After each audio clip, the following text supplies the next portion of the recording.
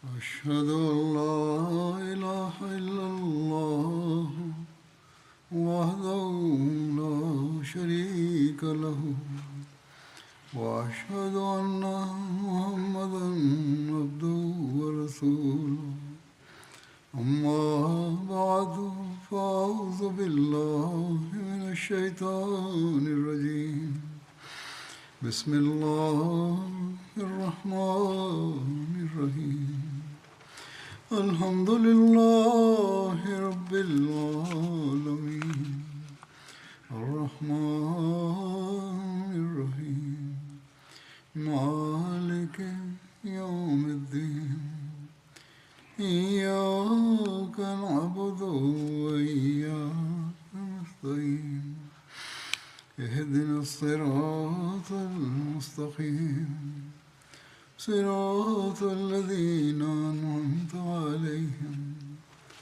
غير المغضوب عليهم ولا الضالين. पाण सॻोरन सल्लल्लाहु अलैहि वसल्लम जे ज़माने जे सरियनि ऐं ग़ज़वात जो ज़िक्र हली रहियो हो गुज़िरियल ख़ुतबे खां पहिरियां. इन में बनू फ़ज़ारा जे सरिये जो ज़िक्र थियो हो. बनू फ़ज़ारा जे ख़िलाफ़ सरिया में हिकिड़े वाक़े जो ज़िक्र मिले थो तारीख़ में, जेको उम्मे किरफ़ा जे क़त्ल जो आहे.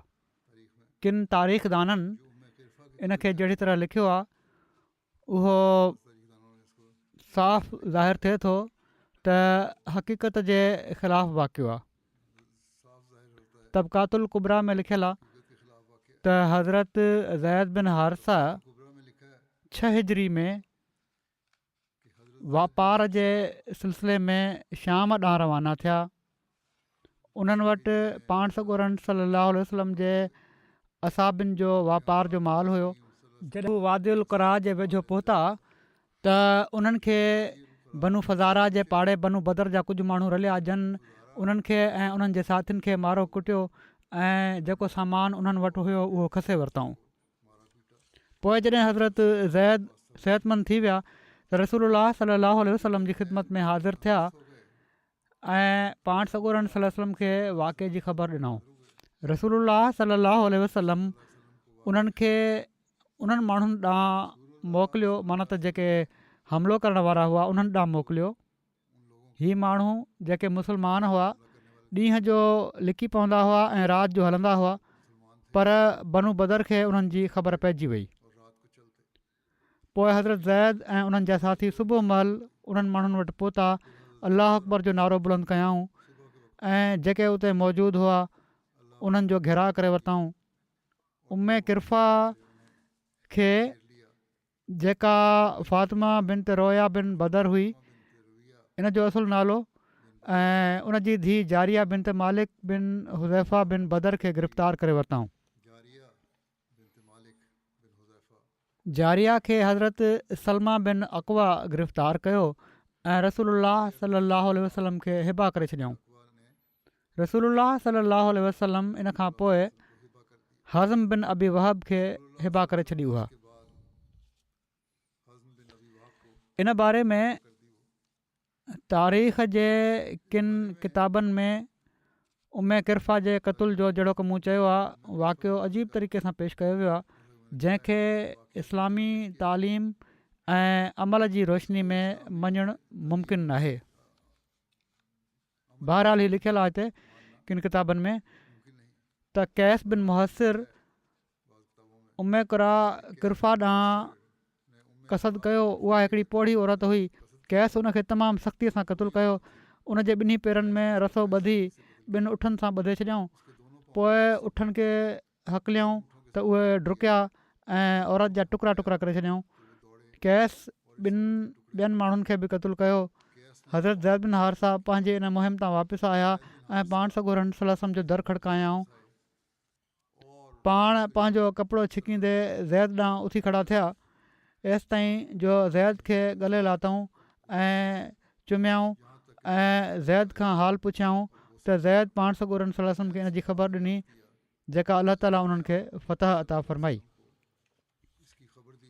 जो अल्लाह ताला ने उन्हें फतह अता फरमाई। हीउ वाक़ियो ही त अहिड़े क़िस्म जो वाक़ियो बयानु कयो वियो आहे त अहिड़ी तरह उनखे चीरे फिटी कयाऊं ॿिनि टुकड़नि में। पर इन वाक़िए जो ज़िक्र हज़रत मिर्ज़ा बशीर अहमद साहिबु वॾे दलील सां तमामु सुहिणे रंग में कयो आहे। पाण ई लिखियो अथनि त सरिया हज़रत अबू बकर जी जॻह ते जंहिंजो ज़िक्र हाणे बयानु थियो आहे, इब्न सअद हिकिड़े अहिड़े सरिया जो ज़िक्र कयो आहे जंहिंमें ज़ैद बिन हारसा अमीर हुआ। माना त इब्न सअद इन सरिया में हज़रत अबू बकर जे बदिरां हज़रत ज़ैद बिन हारसा खे अमीर बयानु थो करे ऐं तफ़सीलनि में बि कंहिं क़दुरु इख़्तिलाफ़ कंदे लिखे थो त हीअ मुहिम बनू फ़ज़ारा खे सिखत ॾियण लाइ हुई जेके वादिल कुरा वटि आबाद हुआ ऐं जन मुस्लमाननि जे हिकिड़े वापारी काफ़िले ते छापो हणी उनजो सॼो माल असबाब खसे वरितो हुयो। इन मुफ़्सिद ग्रोह जो रूह रवान हिकिड़ी पोड़ी औरत हुई जंहिंजो नालो उमे किरफ़ा हुयो, जेका इस्लाम जी सख़्तु दुश्मन हुई। जॾहिं हीअ औरत उन जंग में पकड़िजी पई त ज़ैद जी पार्टी जे हिकिड़े शख़्स कैस नाले इन औरत खे क़तलु करे छॾियो ऐं इब्न सअद इन क़तल जो क़िसो हीअं बयानु थो करे, हीअ लिखण वारो तारीख़, त इन जा ॿई पेर ॿिनि अलॻि अलॻि उठनि सां ॿधा विया ऐं पोइ उठनि खे अलॻि अलॻि पासनि ॾे हकलियो वियो, जंहिंजे नतीजे में हीअ औरत विचां चिरजी ॿ टुकड़ा थी वई ऐं इन खां पोइ इन पोड़ी औरत जी धीउ सलमा बिन अकवा जे हवाले कई वई। इहो ई क़िसो कंहिं क़दुरु इख़्तिसार ऐं इजमाल ऐं इख़्तिलाफ़ सां इब्न इसहाक़ बि बयानु कयो आहे। ऐं हिन रिवायत जी बिना ते सर विलियम म्योर जेको ओरेंटलिस्ट आहे, जेको ॿियनि यूरोपियन मौरखनि जी भेट में वधीक तफ़सील ॾियण जो आदी आहे, हिन वाक़िए खे मुस्लमाननि जे वहशियाणे रूह जो मिसाल वॾे शौक़ सां पंहिंजे किताब जी ज़ीनत बणाए थो। ऐं पर सर विलियम म्योर इन खे पंहिंजे किताब में दर्ज करण जो सबबु ई लिखियो आहे त इन मुहिम में मुस्लमान हिकिड़े ज़ालमाणे फ़हल जो मुर्तकिब थिया हुआ। जीअं त म्योर साहिबु लिखनि था त इन साल मुस्लमाननि खे केतिरनि ई मुहिमुनि लाइ मदीने मां निकिरणो पियो, पर हीअ सभई क़ाबिल ज़िक्र न आहिनि। अलबत हीअ चवनि था त अलबत मां इन्हनि मां हिकिड़ी मुहिम जे ज़िक्र खां नथो रुकी सघां, छो त इन जो अंजाम मुस्लमाननि तरफ़ां हिकिड़े तमामु ज़ालमाणे फ़ैल ते थियो हो। हीअ म्योर साहिब जो बयानु आहे। इन जे तजज़िये में हज़रत मिर्ज़ा बशीर अहमद साहिबु लिखनि था त जेको मौरख़ हिकिड़े वाक़े खे ॿियनि वाक़िअनि ते सिर्फ़ु इन जे करे तरजीह ॾेई उनखे पंहिंजे किताब जी ज़ीनत बणाए थो त इन में कंहिं क़ौम जे ज़ुल्म सितम जो सबूत मिले थो। दर हक़ीक़त हिकिड़ो ग़ैर जानिबदार मुहक़िक़ चवराइण जो हक़दार नाहे। उन पाण लिखियो आहे त बाक़ी वाक़िया मां छॾियां थो, सिर्फ़ु हीउ वाक़ियो वठां थो। इन जो मतिलबु आहे त हू जानिबदार हुयो, ग़ैर जानिबदार तहक़ीक़ करण वारो न हुयो, छो त उन मां हीअ तवक़ो नथी थी सघे जेको ग़ैर जानिबदार हुजे त हू इन ॻाल्हि जी तहक़ीक़ ॾांहुं तवजो कंदो त छा ही ज़ुल्म ज़्यादती जो वाक़ियो का असलियत बि रखे थो या न, छो त ईअं करण सां उन जे हथां उनजो हिकिड़ो दलील निकिरी थो वञे। बहरहाल म्योर साहिबु हिन वाक़िए खे ख़ासि शौक़ सां पंहिंजे किताब में दर्ज कयो आहे, पर जहिड़ो क चवनि था त मां हाणे ई साबित कंदुसि, हीउ ज़ाहिर थी वेंदो त हीउ वाक़ियो बिल्कुलु ग़लति ऐं क़तन बेबुनियाद आहे ऐं नक़ल ऐं अक़ल ॿिन्ही तरीक़नि सां इन जो हथरादू हुअणु साबित आहे। अक़ली तरीक़े ते त हीउ ॼाणणु घुरिजे त हिकिड़ी औरत खे जंहिं ते क़तल जो इल्ज़ाम कोन्हे क़ैद करे थधियुनि घड़ियुनि में क़तलु करणु ऐं पोइ क़तल बि अहिड़े तरीक़े सां करणु जेको हिन रिवायत में बयानु कयो वियो आहे, हीअ त हिकिड़ी तमामु परे जी ॻाल्हि आहे। इस्लाम त बिल्कुलु जंग जे मैदान में बि औरत खे क़तलु करण खां सख़्तीअ सां रोके थो। इन बारे में पाण सॻोरम सल्लल्लाहु अलैहि वसल्लम केतिरा ई भेरा वाज़े फ़रमायो आहे त जेके औरतूं आहिनि उन्हनि खे क़तलु नाहे करणो। जीअं त हदीस में अचे थो त हिकिड़े मौक़े ते जंग जे मैदान में कंहिं दुश्मन क़बीले जी हिकिड़ी औरत ॾिठी वई त उहा क़तलु थियल आहे त बावजूदि इन जे जो हीअ ख़बर न हुई त हीअ औरत कहिड़े हालात में ऐं कंहिंजे हथां क़तूल थी आहे।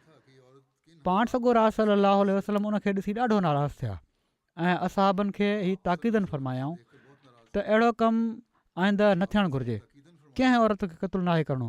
अहिड़ी तरह जॾहिं बि पाण सॻो राज वसलम को दस्तो रवानो फ़रमाईंदा हुआ त ॿियनि नसीहतुनि समेत असहाबनि खे हिकिड़ी नसीहत हीअ बि फ़रमाईंदा हुआ त कंहिं औरत ऐं ॿार खे क़तूल न कजो। हिननि उसूली हिदायतुनि जे हूंदे असहाबनि जे बारे में ऐं असहाबनि मां बि ज़ैद बिन हारिसा जे बारे में जेके ॼण त पाण सॻो रसूल जे घर जा माण्हू हुआ हीअ सम्झणु त उन्हनि कंहिं औरत खे अहिड़े तरीक़े सां क़तूल कयो या करायो हुयो जेको इब्न साद बयानु कयो आहे, हरगिज़ क़ाबिल क़बूल नथो थी सघे। बेशक रिवायत में क़तूल करण जो फ़ेल ज़ैद ॾांहुं मनसूब नाहे कयो वियो ऐं पर हिकिड़े ॿिए मुस्लमान ॾांहुं कयो वियो आहे। पर जॾहिं त हीउ वाक़ियो ज़ैद जी कमान में थियो त बहरहाल इन जी आख़िरी ज़िम्मेवारी बि ज़ैद ते ई सम्झी वेंदी ऐं ज़ैद जे बारे में हीअ सम्झणु त उन्हनि पाण सॻोरन सलाहु वसलम जी तालीम खे ॼाणंदे अहिड़े क़िस्म जे कम जी इजाज़त ॾिनी हूंदी, हरगिज़ क़ाबिल क़बूल नथो थी सघे। बेशक जेकॾहिं का औरत कंहिं जुर्म जी मुर्तकिब थिए थी त उहा उन जुर्म जी सज़ा उनखे मिलंदी ऐं कंहिं मज़हब जी शरीयत ऐं कंहिं मुल्क जे क़ानून औरत खे जुर्म जी सज़ा खां मुस्तस्ना नाहे रखियो ऐं रोज़ ई औरतुनि जी सज़ा ऐं पर क़तूल जे जुर्म में फाही ताईं जा वाक़िया छपजंदा रहंदा आहिनि। पर सिर्फ़ु मज़हबी दुश्मनी जे करे या जंग में शरीक थियण जे करे कंहिं औरत खे क़तूल करणु ऐं क़तूल बि अहिड़े तरीक़े सां करणु जेको हिन रिवायत में बयानु थियो आहे, अहिड़ो फ़ैल आहे हिकिड़ो जंहिंखे पाण सॻोरन सल्लल्लाहु जी उसूल हिदायत ऐं समूरी इस्लामी तारीख़ वाज़े तौर ते रद्द थी करे।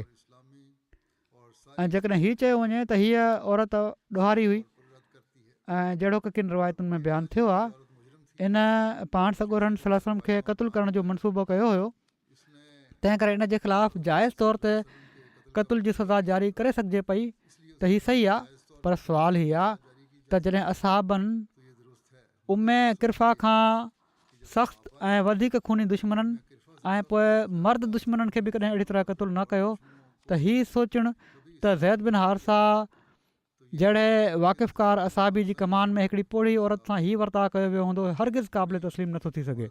सो माकूली रंग में इन किसे जो कूड़ो ऐं हथरादू हुअणु ज़ाहिर ऐं वाज़े आहे ऐं को ग़ैर मुतासिब शख़्स इन में शक जी गुंजाइश नथो ॾिसी सघे। हाणे रहियो मनकूली तरीक़ो। सो पहिरियों त इब्न साद या इब्न इसहाक़ हिन रिवायत जी का सनद नाहे ॾिनी ऐं बिना कंहिं मोतबिर सनद जे अहिड़े क़िस्म जी रिवायत जेका पाण सॻोरन सलाहु वसलम जी वाज़े हिदायत ऐं असहाबनि जे आम ऐं मारूफ़ तरीक़े जे ख़िलाफ़ु हुजे, हरगिज़ क़बूल नथी करे सघिजे। ॿियो ही त इहो ई वाक़ियो हदीस जे तमामु मोतबर किताबनि सही मुस्लिम ऐं सुनन अबू दाऊद में बयानु थियो आहे। पर इन में उम्मे किरफ़ा जे क़तूल कयो वञण जो क़तन को ज़िक्र कोन्हे ऐं किन ॿियनि तफ़सीलनि में बि इन बयान खे इब्न साद वग़ैरह जे बयान सां इख़्तिलाफ़ आहे। ऐं छो त सही हदीसूं आम तारीख़ी रिवायतुनि खां यकीननि ऐं मुसलमा तौर ते तमामु घणो मज़बूत ऐं क़ाबिल तरजीह हूंदियूं आहिनि, तंहिं करे सही मुस्लिम ऐं सुनन अबू दाऊद जी रिवायत जे साम्हूं इब्न साद वग़ैरह जी रिवायत को वज़न नथी रखे। हीउ फ़र्क़ु अञा बि नुमाया थी थो वञे जॾहिं असां इन ॻाल्हि खे मद्देनज़र रखूं त जिथे इब्न साद ऐं इब्न इसहाक़ पंहिंजी रिवायतुनि खे ईअं ई बिना सनद जे बयानु कयो आहे, उते इमाम मुस्लिम ऐं अबू दाऊद पंहिंजी रिवायतुनि खे पूरी सनद ॾिनी आहे ऐं हूअं बि मुहदसनि जे एहतियात जे मुक़ाबले में जन वॾे एहतियात खां कमु वरितो आहे। मौरखनि जी आम रिवायत का हक़ीक़त नथी रखे। सही मुस्लिम ऐं सुनन अबू दाऊद में हीउ वाक़ियो जहिड़ी तरह बयानु थियो आहे, इन में उम्मे किरफ़ा जे क़तल जो ज़िक्र ताईं कोन्हे। बेशक मुस्लिम ऐं अबू दाऊद जी रिवायत में उम्मे किरफ़ा जो नालो मज़कूर कोन्हे ऐं अमीर जो नालो बि ज़ैद जे बदिरां अबू बकर दर्ज आहे, पर इन जे करे हीउ शक नथो करे सघिजे त हीअ मुहिम ॿी आहे, छो त बाक़ी सभई अहम तफ़सील साॻा आहिनि। मिसाल तौरु ॿिन्ही रिवायतुनि में हीअ तसरीह आहे त हीअ मुहिम बनू फ़ज़ारा जे ख़िलाफ़ु हुई। नंबर 2, ॿिन्ही में हीउ ज़िक्र मौजूदु आहे त बनू फ़ज़ारा जी रइस हिकिड़ी पोड़ी औरत हुई। ॿिन्ही में इन औरत जे क़ैद कये वञण जो ज़िक्र आहे। पोइ ॿिन्ही में हीउ ज़िक्र आहे त इन औरत जी हिकिड़ी धीउ बि हुई जेका माउ सां गॾु क़ैद थी। पोइ हीअ बि त ॿिन्ही में हीउ ज़िक्र आहे त हीअ छोकिरी सलमा बिन अक़वा जे हिसे में आई हुई। इन खां अलावा ॿियनि बि केतिरनि ई ॻाल्हियुनि में इश्तराक आहे। हाणे गौर कयो त छा हिननि अहम ऐं बुनियादी इश्तराकनि जे हूंदे को शख़्स शक करे सघे थो त हीअ ॿ अलॻि अलॻि वाक़िया आहिनि। पर असां सिर्फ़ु अक़ली इस्तदलाल ते ई इक्तफ़ा नथा कयूं ऐं पर गुज़िरियल मौक़िक़नि बि वज़ाहत सां लिखियो आहे त सही मुस्लिम ऐं सुनन अबू दाऊद में साॻियो ई वाक़ियो बयानु थियो आहे जेको इब्न सअद ॿिए रंग में दर्ज कयो आहे। जीअं त अलामा ज़रकानी ऐं इमाम सुहेली ऐं अलामा हलबी वज़ाहत सां लिखियो आहे त हीउ उहो ई वाक़ियो आहे जेको इब्न सअद ऐं इब्न इसहाक़ उमे किरफ़ा वारे क़िसे में ग़लति तौर ते बयानु कयो आहे। पर इन खां बि वधी करे इन ॻाल्हि जो सबूत त हीउ उहो ई वाक़ियो आहे हीअ आहे त तबरी हिननि ॿिन्ही रिवायतुनि खे पहलू ब पहलू बयानु करे साण साण रखियो आहे। उन्हनि खे इन ॻाल्हि जी वज़ाहत कई आहे त हीअ ॿई हिकु ई वाक़ियो आहिनि। मक़सदु हीअ ॻाल्हि बिल्कुलु यकीनी आहे त मुस्लिम ऐं अबू दाऊद जी सलमा बिन अक़वा वारी रिवायत में उहो ई वाक़ियो बयानु कयो वियो आहे जंहिंखे इब्न सअद ऐं इब्न हिशाम उमे किरफ़ा जे सरिया जे नाले सां ग़लति तौर ते दर्ज कयो आहे। ऐं छो त सिहा जी रिवायत माना त हीअ जेके 6 हदीसुनि जा किताब आहिनि इन्हनि मां जेके मुस्नद हदीसुनि जा किताब आहिनि उन्हनि जी रिवायत जेका सनद सां बयानु कई वई आहे ऐं हिकिड़े वाक़े में शरीक जे वाता मरवी आहे। बहरहाल इब्न सअद ऐं इब्न हिशाम जी ग़ैर मुस्नद रिवायत खां क़ाबिल तरजीह आहे। तंहिं करे इन ॻाल्हि में हरगिज़ को शक नथो रहे त उमे किरफ़ा जे ज़ालमाणे क़तुल जो वाक़ियो हिकिड़ो बिल्कुलु कूड़ो ऐं बेबुनियाद वाक़ियो आहे जेको कंहिं ॻुझे इस्लाम जे दुश्मन ऐं मुनाफ़िक़ जी महिरबानी सां किन तारीख़ी रिवायतुनि में अची वियो आहे। ऐं सच हीअ आहे त इन सरिया जी हक़ीक़त इन खां वधी करे ॿियो कुझु न आहे जेका मुस्लिम ऐं अबू दाऊद बयानु कई आहे। कंहिं ग़लति वाक़े जो तारीख़ में दर्ज थी वञणु का हैरत वारी ॻाल्हि कोन्हे छो त अहिड़े क़िस्म जा मिसाल हर क़ौम ऐं हर मुल्क जी तारीख़ में मिलनि था।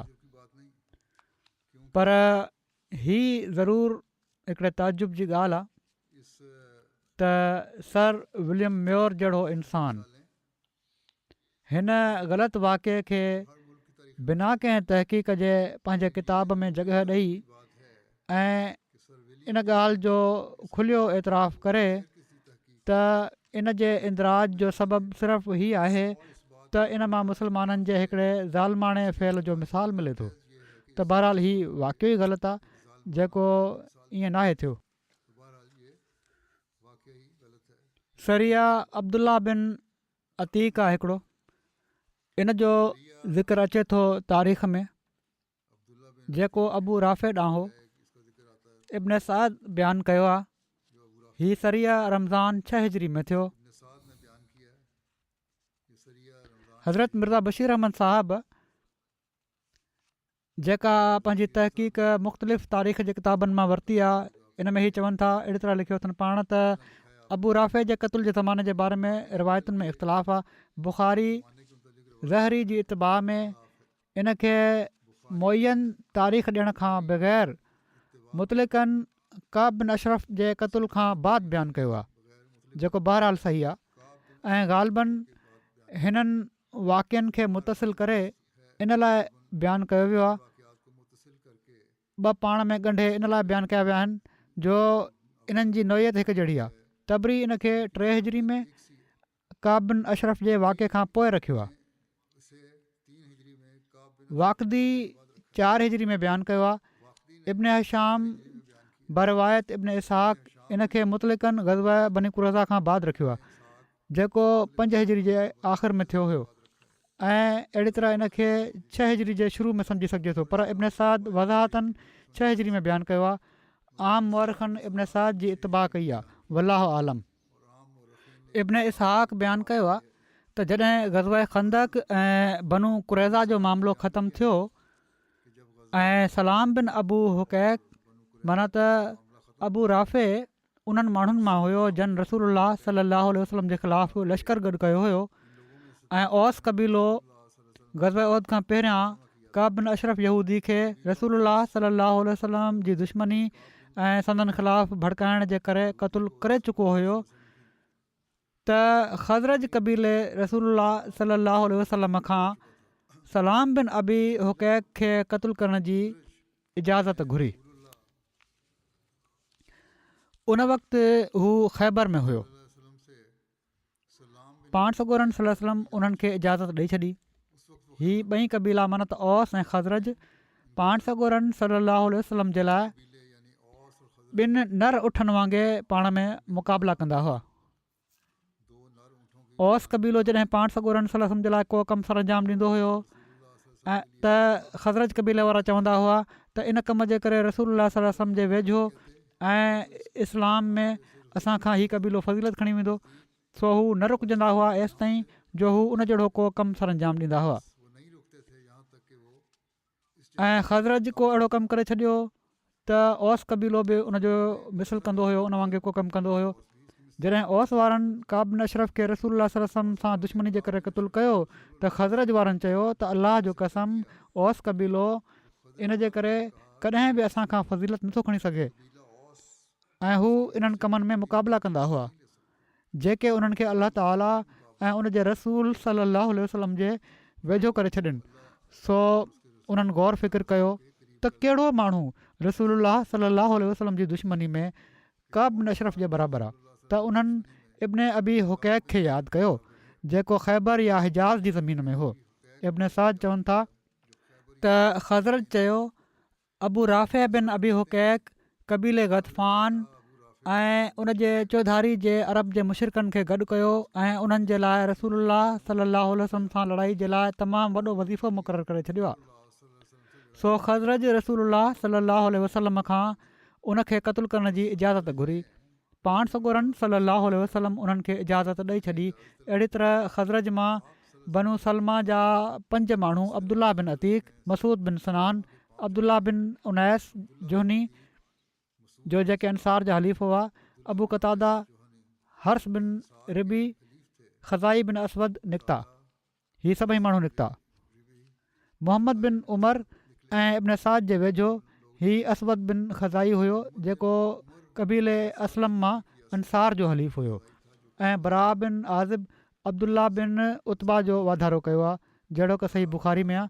सो उहे 6 माण्हू थी विया ऐं इब्न उक़बा ऐं सुहेली असद बिन हराम जो वाधारो कयो आहे। अहिड़ी तरह ही 7 माण्हू थी विया ऐं रसूलुल्लाह सल्लल्लाहु अलैहि वसल्लम उन्हनि ते हज़रत अब्दुल्ला बिन अतीक खे अमीर मुक़ररु फ़रमायो ऐं इन्हनि खे ॿारनि ऐं औरतुनि खे क़तलु करण खां मना फ़रमायाऊं। त हिते ॾिसो बि हिते बि तमामु वाज़े तौर ते फ़रमायाऊं औरत खे क़तलु नाहे करिणो। सही बुख़ारी में अबू राफ़े जे क़तल जो तफ़सील हीअं बयानु थियो आहे। हज़रत बरा बिन आज़िब बयानु कयो आहे त अबू राफ़े पाण सॻोरन सल्लल्लाहु अलैहि वसल्लम खे ॾाढियूं तकलीफ़ूं ॾींदो हुयो ऐं पाण सॻोरन सल्लल्लाहु अलैहि वसल्लम जे ख़िलाफ़ु दुश्मननि जी मदद कंदो हुयो। हू पंहिंजे क़िले में जेको हिजाज़ जी सरज़मीन में हुयो रहंदो हुयो। जॾहिं उहे माण्हू उन जे वेझो पहुता त सिजु लही चुको हुयो ऐं माण्हू पंहिंजे जानवरनि जा धण वठी वापसि थी चुका हुआ। अब्दुल्ला बिन अतीक पंहिंजे साथियुनि खे चयो तव्हां पंहिंजी जॻह ते वेठा रहो, मां थो वञा ऐं दरबान सां को हीलो थो कयां त जीअं अंदरि हलियो वञा। हू विया ऐं दरवाज़े जे वेझो पहुची विया।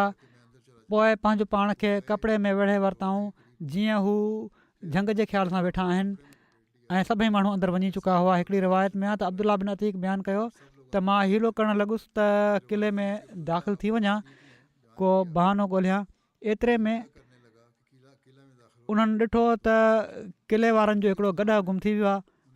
उन्हनि चयो त रोशनी खणी उन जी ॻोल्हा में निकिता। चवनि पिया त मां ॾिनुसि त किथे हू मूंखे सुञाणे न वठनि। उन्हनि चयो त मां पंहिंजो मथो ढके वरितो। ही असाबी जेके हुआ उन्हनि चयो त मां मथो ढके वरितो ॼण त मां झंग जे ख़्याल सां वेठो आहियां। बुख़ारी जी रिवायत आहे त दरबान हिननि खे सॾु कयो त अलाह जा बाना, जेकॾहिं तूं अंदरि अचणु चाहीं थो त अंदरि हलियो आहे, मां दर थो बंदि कयां। मां अंदरि दाख़िल थी वियुसि ऐं मां लिकी पियुसि अंदरि वञी। इन खां पोइ हिकिड़ी रिवायत में आहे त मां बि अंदरि हलियो वियुसि। पोइ मां गॾहनि जे वाड़े में किले जे अंदरि दरवाज़े जे भरिसां लिकी पियुसि। जॾहिं माण्हू दाख़िल थी विया उन दर बंदि कयो, पोइ चाॿियूं हिकिड़े कोके ते टंगे छॾियईं। हू चवनि पिया त मां उथी चाॿियुनि ॾांहुं वियुसि, मां उहे खयूं ऐं दर खोले छॾियुमि। हिकिड़ी रिवायत में आहे त जॾहिं आवाज़ बंदि थी विया ऐं मां का चुरपुर न ॿुधी त मां ॿाहिरि निकितुसि। उन्हनि चयो त मां दरबान खे ॾिसी वरितो हुयो जिथे उन भित जी जारी में किले जूं चाॿियूं रखियूं हुयूं। हीअ बि बुखारी जी रिवायत आहे। ऐं माण्हू अबू राफ़े वटि राति जो कचहरी कंदा हुआ। हू मजलिस लॻाईंदो हुयो, हू पंहिंजे बालाखाने में हो। जॾहिं कचहरी करण वारा उन जे भरिसां हलिया विया, हू चवनि था त मां ॾिसंदो रहियुसि त मजलिस मती पई आहे। जॾहिं कचहरी करण वारा हलिया विया, हिकिड़ी रिवायत में हीअ बि आहे, माण्हुनि अबू राफ़े वटि राति जी मानी खाधी ऐं हू ॻाल्हियूं कंदा रहिया एसि ताईं जो राति जी हिकिड़ी घड़ी गुज़री वई। पोइ हू पंहिंजे कमरनि ॾांहुं मोटी विया। हीअ बि सही बुखारी जी रिवायत आहे। त मां उन पासे चढ़ियुसि ऐं हर दरवाज़ो जेको मां खोलियां पोइ उनखे अंदरां बंदि पियो कंदो वञा। मां पंहिंजे दिलि में चयो त जेकॾहिं माण्हू मुंहिंजे हलण जो आवाज़ु ॿुधी बि वठनि तॾहिं बि जेसि ताईं मां उनखे मारे न वठां मूं ताईं पहुची न सघंदा। मां उन वटि पहुतुसि। ॿी रिवायत में आहे त पोइ मां उन्हनि कमरनि जे दरवाज़नि ॾांहुं वियुसि ऐं उन्हनि खे ॿाहिरां बंदि करे छॾियो।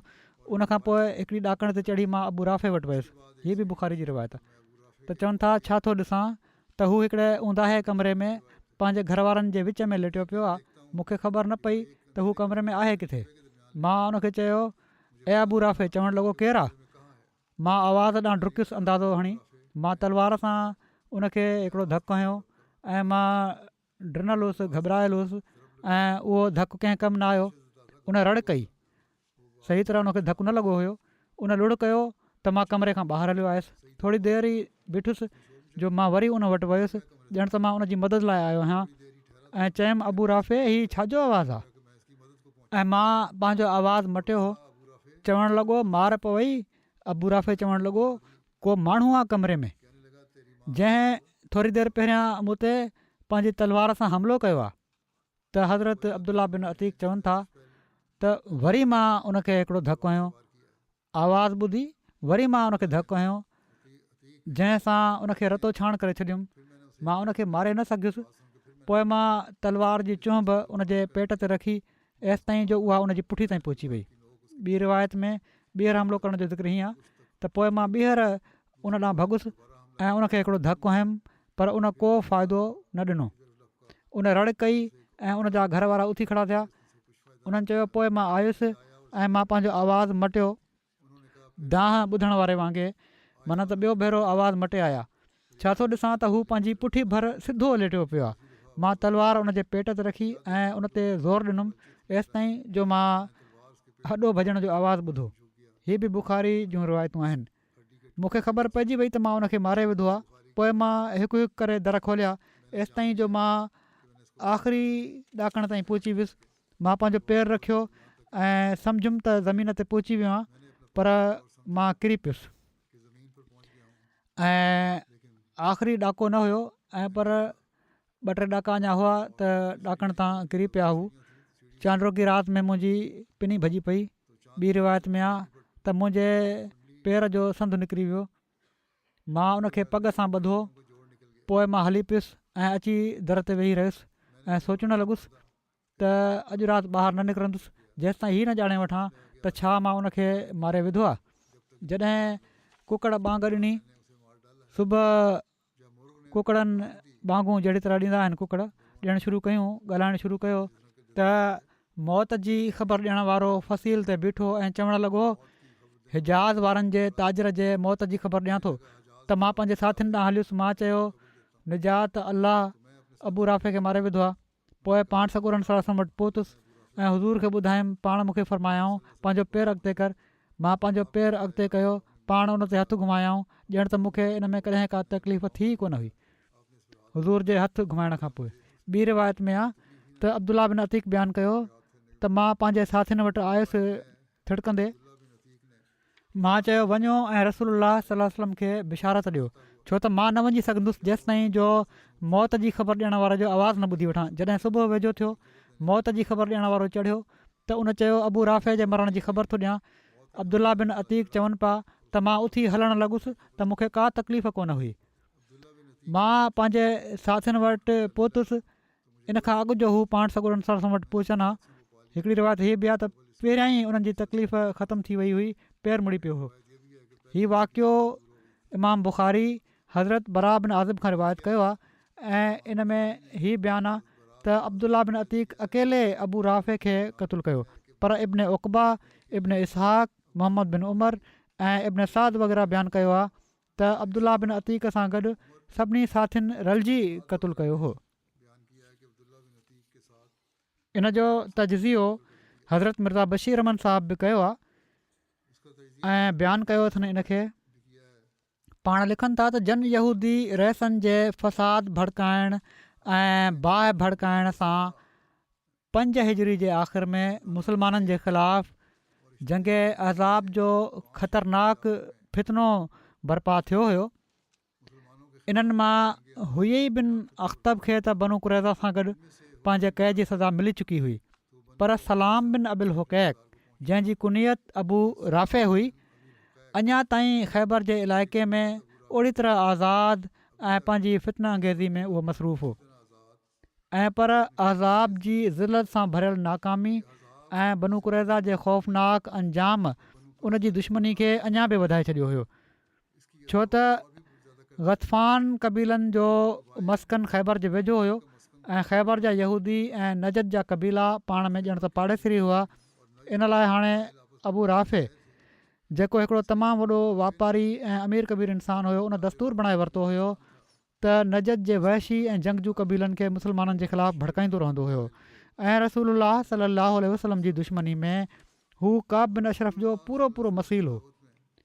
जीअं त इन ज़माने में जंहिंजो ज़िक्र कयूं था, उन ग़तफ़ानियुनि खे पाण सॻोरन सलम जे ख़िलाफ़ु हमलियावर थियण जे लाइ घणे माल सां इमदाद ॾिनी हुई, तमामु घणो माल उन्हनि खे ॾिनो हुअईं ऐं तारीख़ मां साबित आहे त शाबान महीने में बनु सद तरफ़ां जेको ख़तरो मुसलमाननि लाइ पैदा थियो हुयो ऐं उन जे सदबाब जे लाइ हज़रत अली जी कमान में हिकिड़ो फ़ौजी दस्तो मदीने मां रवानो कयो वियो हुयो, उन जी तह में बि ख़ैबर जे यहूदियुनि जो हथु हुयो जेके अबू राफ़े जी क़यादत में ही सभई शरारतूं करे रहिया हुआ।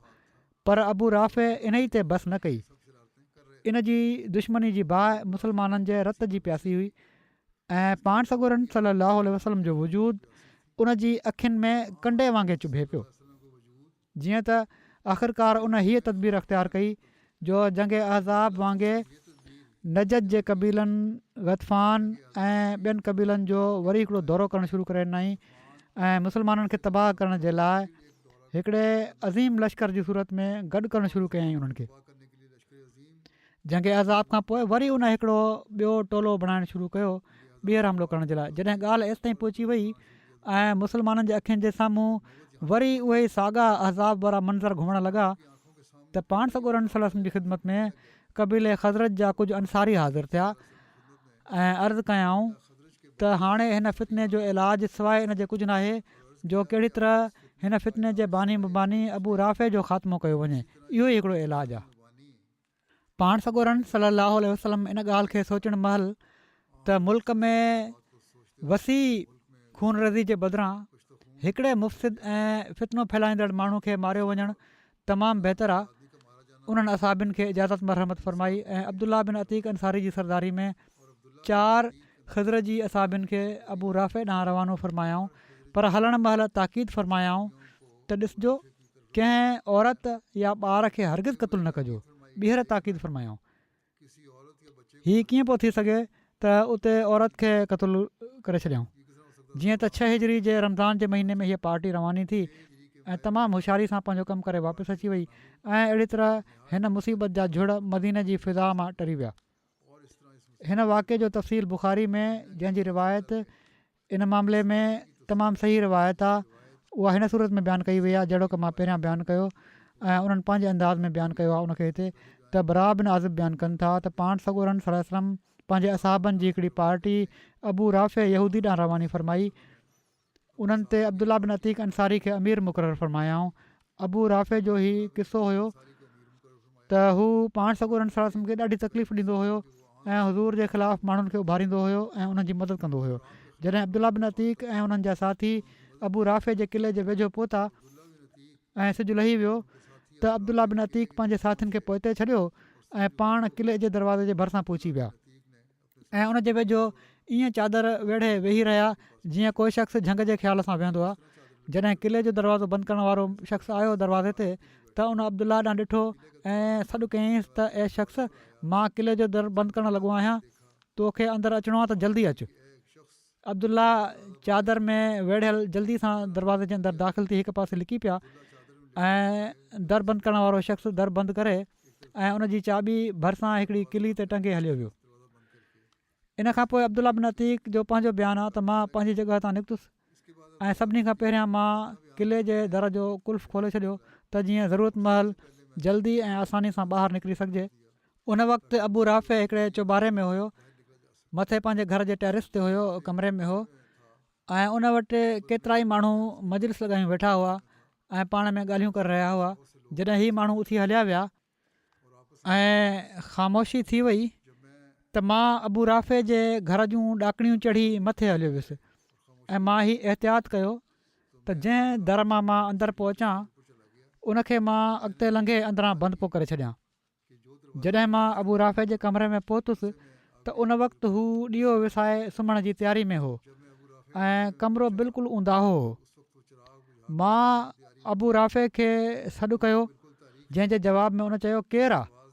बसि मां इन आवाज़ पासे अंदाज़ो करे उन ॾांहुं डुकियुसि ऐं तलवार जो हिकिड़ो ज़ोर सां हमिलो कयुमि, पर ऊंदाही तमामु घणी हुई ऐं मां उन वक़्तु घबरायल हुउसि. तंहिं करे तलवार जो हमिलो ग़लति थी वियो ऐं अबू राफ़े रड़ियूं कयूं, जंहिं ते मां कमरे खां ॿाहिरि निकिरी वियुसि. थोरी देरि खां पोइ मां वरी कमरे में अंदरि वञी पंहिंजो आवाज़ु मटींदे पुछियो, अबू राफ़े, हीउ लुड़ छाजो हो? उन मुंहिंजे मटियल आवाज़ खे न सुञातो ऐं चयईं, तोखे मार पए, मूं ते हाणे ई कंहिं तलवार सां हमिलो कयो आहे. मां हीअ आवाज़ु ॿुधी वरी उन ॾांहुं डुकियुसि ऐं तलवार जो हमिलो कयो. हिन दफ़े धकु मोहलिक लॻो, पर हू मोह पोइ बि न, जंहिं ते मां उन ते हिकिड़ो टियों हमिलो करे उनखे क़तलु करे छॾियो. इन खां पोइ मां जल्दी जल्दी दर खोलींदे घर खां ॿाहिरि आयुसि निकिरी, पर जॾहिं मां ॾाकणियुनि तां हेठि लही रहियो हुउसि त अञा कुझु ॾाका बाक़ी हुआ ऐं मां सम्झुमि त मां सभई ॾाका लही आयो आहियां, जंहिं ते मां ऊंदाही में हेठि किरी पियुसि. ग़लति पेरु पियो ऐं मुंहिंजी पिनी भॼी पई ऐं हिकिड़ी रिवायत में हीअं आहे त पिनी जो संदु लही वियो, पर मां उनखे पंहिंजी पग सां ॿधी घिलजंदे ॿाहिरि निकिरी वियुसि. पर जॾहिं मां पंहिंजी दिलि में चयो त जेसिताईं अबू राफ़े जे मरण जो इत्मिनान न थी वञे मां हितां वेंदुसि कोन, जीअं त मां क़िले जे भरिसां हिकिड़ी जॻह ते लिकी पियुसि. जॾहिं सुबुह थियो त क़िले जे अंदरां कंहिंजो आवाज़ु मुंहिंजे कन में आयो त अबू राफ़े वापारी हिजाज़ जो जेको आहे उहो फ़ौत थी वियो आहे.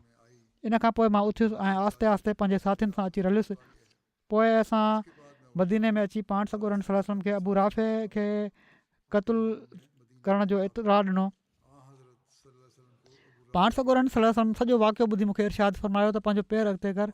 मां पेरु अॻिते कयो त पाण दुआ घुरंदे उन ते पंहिंजो मुबारक हथु घुमायाऊं, जंहिंखां पोइ मूं ईअं महसूसु कयो ॼण त मूंखे का तकलीफ़ पहुती ई कोन हुई. हिकिड़ी ॿी रिवायत में आहे त जॾहिं अब्दुल्ला बिन अतीक अबू राफ़े ते हमिलो कयो त उन जी घरवारी तमामु ज़ोर सां रड़ियूं करणु शुरू करे ॾिनियूं, जंहिं ते मूंखे फ़िकिरु थियो त हिन जूं रड़ियूं ॿुधी किथे ॿिया माण्हू न होशियार थी वञनि. इन ते मां उन जी घरवारी ते तलवार सिधी कई, पर पोइ हीअ यादि करे त पाण सॻोरन सल्लल्लाहु अलैहि वसल्लम औरतुनि खे क़तलु करण खां मना फ़रमायो आहे, मां इन इरादे खां मुड़ी वियुसि. हिते वरी उहा ई ॻाल्हि त औरतुनि लाइ मना हुयो, इन लाइ मां तलवार न खईं, हालांकि तमामु ख़तरनाक हालत में हुआ. अबू राफ़े जे क़तल जे जवाज़ जे बारे में असांखे हिन हंधि कंहिं बहस में पवण जी ज़रूरत न आहे. अबू राफ़े जूं रत पीअण वारियूं कारवायूं तारीख़ जो हिकिड़ो खुलियल वर्क आहिनि. उसूलनि एतिरे क़दुरु यादि रखणु घुरिजे त नंबर 1 त उन वक़्तु मुस्लमान तमामु कमज़ोरी जी हालत में चइनि ई पासनि खां मुसीबत में मुब्तला हुआ ऐं हर पासे मुखालफ़त जी बाहि भड़कियल हुई ऐं ॼण त सॼो मुल्क मुस्लमाननि खे ख़तमु करण जे लाइ मुतहिद थी रहियो हो. नंबर 2 अहिड़े नाज़ुक वक़्त में अबू राफ़े उन बाहि ते तेलु विझी रहियो हुयो जेका मुस्लमाननि जे ख़िलाफ़ु भड़कियल हुई ऐं पंहिंजे असर ऐं रसूख़ ऐं दौलत सां अरब जे मुख़्तलिफ़ क़बीलनि खे इस्लाम जे ख़िलाफ़ु उभारे रहियो हुयो ऐं इन ॻाल्हि जी तयारी करे रहियो हुयो त ग़ज़वे अहज़ाब वांगुरु अरब जा वहशी क़बीला वरी गॾिजी मदीने ते हमिलो करे ॾियनि। नंबर 3, अरब में उन वक़्तु का हुकूमत कोन हुई जो जंहिंजे ज़रिए इंसाफ़ घुरियो वञे हा ऐं पर हर क़बीलो पंहिंजी जॻह ते आज़ादु ऐं ख़ुदि मुख़्तार हो। सो सवाइ इन जे जो पंहिंजी हिफ़ाज़त जे लाइ पाण का तदबीर कई वञे हा ॿी का सूरत कोन हुई। नंबर 4, यहूदी माण्हू पहिरियां खां इस्लाम जे ख़िलाफ़ु जंग जोटणियूं वेठा हुआ ऐं मुसलमाननि ऐं यहूदियुनि जे विच में जंग जी हालति क़ाइमु हुई। नंबर 5, उन वक़्तु अहिड़ा हालात हुआ जो जेकॾहिं खुलियल तौर ते यहूदियुनि जे ख़िलाफ़ु फ़ौज चाढ़ी वञे हा त इन सां जान ऐं माल जो वॾो नुक़सानु थिए हा ऐं इन ॻाल्हि जो खुटको हुयो त जंग जी बाहि वसी थी मुल्क में आलमगीर तबाही जो रंग न पैदा करे छॾे। इन्हनि हालतुनि में असहाबनि जेको कुझु कयो उहो बिल्कुलु सही ऐं ठीकु हो ऐं जंग जी हालति में जॾहिं त हिकिड़ी क़ौम मौत ऐं हयात जे माहौल मां गुज़री रही हुजे अहिड़े क़िस्म जूं तदबीरूं बिल्कुलु जाइज़ सम्झी वेंदियूं आहिनि ऐं हर क़ौम ऐं हर मिलत उन्हनि खे ज़रूरत मुताबिक़ हर ज़माने में अख़्तियार कंदी रही आहे। पर अफ़सोस आहे जो मौजूदा अख़लाक़ी पस्ती जे ज़माने में मुजरिम सां हमदर्दी जो जज़्बो इन नाजाइज़ हद ताईं पहुची वियो आहे जो ज़ालिम बि हीरो बणिजी थो वञे। अॼुकल्ह बि असां ॾिसूं था त ज़ालिम बि हीरो बणियल आहे ऐं उहा सज़ा जेका हू पंहिंजे जुर्मनि जे करे उनखे मिले थी अवाम जी हमदर्दी जी जाज़िब थियणु लॻे थी। ज़ालिम खे बि जेकॾहिं सज़ा ॾिनी वञे या सज़ा जे लाइ चयो वञे त इन सां अवाम जी हमदर्दी उन सां थी वञे या ख़ुदगर्ज़ माण्हुनि जी हमदर्दी उन सां थी वञे ऐं उन जा ॾोह माण्हुनि खे विसरी था वञनि। पर इस्लाम जे बारे में असांखे एतिराफ़ आहे त हू हिननि कूड़े जज़्बात जो मज़हब न आहे। हू ॾोहारी खे ॾोहारी करार ॾींदो आहे ऐं उन जी सज़ा खे मुल्क ऐं सोसाइटी जे लाइ रहमत सम्झंदो आहे। हू हिकिड़े सड़ियल उज़वे खे जिस्म मां वढे छॾण जी तालीम ॾिए थो ऐं इन ॻाल्हि जो इज़हार नथो करे त हिकिड़ो मुतफ़न उज़वो सुठे ऐं सिहतमंद उज़वे खे ख़राबु करे छॾे। बाक़ी रहियो सज़ा जे तरीक़े जो सुवाल, सो इन जे बारे में ॿुधायो वियो आहे त अरब जे उन वक़्त जे हालात हेठि ऐं हिन जंग जे हालात जे पेश नज़र जेका उन वक़्तु मुसलमाननि ऐं यहूदियुनि जे विच में क़ाइमु हुई हीउ तरीक़ो अख़्तियार कयो वियो आम अमुन जे लिहाज़ खां उहो ई बहितरु ऐं मुनासिबु हुयो। अब्दुल्ला बिन अतीक जी पिनी जे ठीकु थियण जे बारे में बुख़ारी जी रिवायत में हीअ तस्रीर न आहे त छा हीअ शिफ़ा मौजूदाणे रंग में फ़ौरी तौर ते ज़ाहिर थी वई हुई या हीअ त आहिस्ते आहिस्ते पंहिंजे तबी कोर्स खे पूरो करे ज़ाहिर थी हुई। मौख़र ज़िक्र सूरत में हीउ हिकिड़ो आम वाक़ियो सम्झो वेंदो ऐं पाण सॻुरनि सलम जी दुआ जो असरु सिर्फ़ु एतिरे क़दुरु मुतसिर थींदो त हुज़ूर जी दुआ जी बरकत सां इन धक को मुस्तक़िल असरु न छॾियो ऐं को ख़राबु नतीजो न निकितो ऐं पर अब्दुल्ला जी पिनी बिलाख़िर पंहिंजी असली ऐं पूरी ताक़त हासिलु करे वरिती ऐं धक जो असरु मुकमल तौर ते ज़ाइल थी वियो। पर जेकॾहिं हीअ शिफ़ा मौजज़ाणे रंग में फ़ौरी तौर ते ज़ाहिर थी पई हुई त यकीननि हीउ वाक़ियो ख़ुदा ताला जी तक़दीर जो ख़ासि करिश्मो हुयो जेको उन पंहिंजे रसूल जी दुआ ऐं बरकत जे नतीजे में ज़ाहिर फ़रमायो। त बहरहाल हीअ इन जा वाक़िया हुआ, इन जा ॿिया वाक़िया बि आहिनि इंशाअल्लाह आईंदा।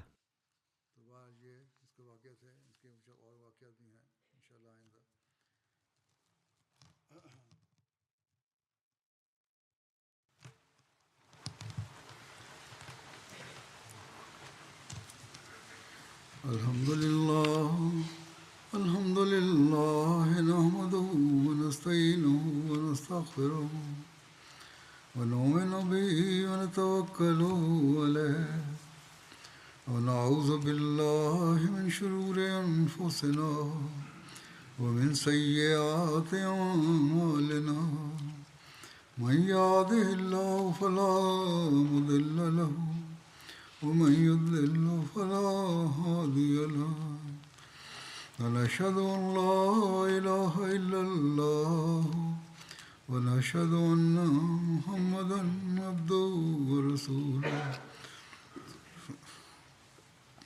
عباد الله رحمكم الله إن الله يأمر بالعدل والإحسان وإيتاء ذي القربى وينهى عن الفحشاء والمنكر والبغي يعظكم لعلكم تذكرون اذكروا الله يذكركم وادعوه يستجب لكم ولذكر الله أكبر